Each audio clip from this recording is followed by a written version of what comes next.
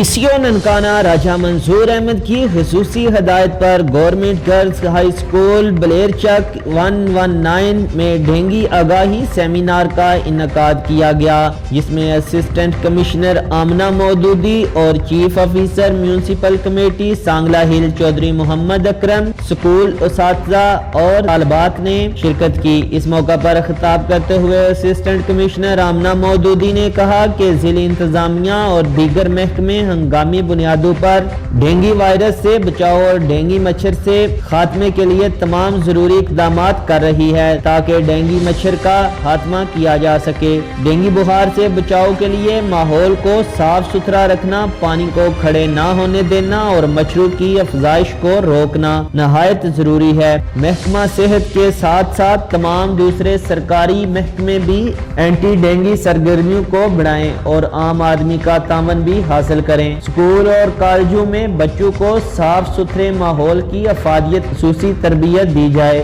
Seminar میں محکمہ health, civil society اور بچوں کی کثیر تعداد نے شرکت کی اور آخر پر اینٹی ڈینگی واک بھی کی۔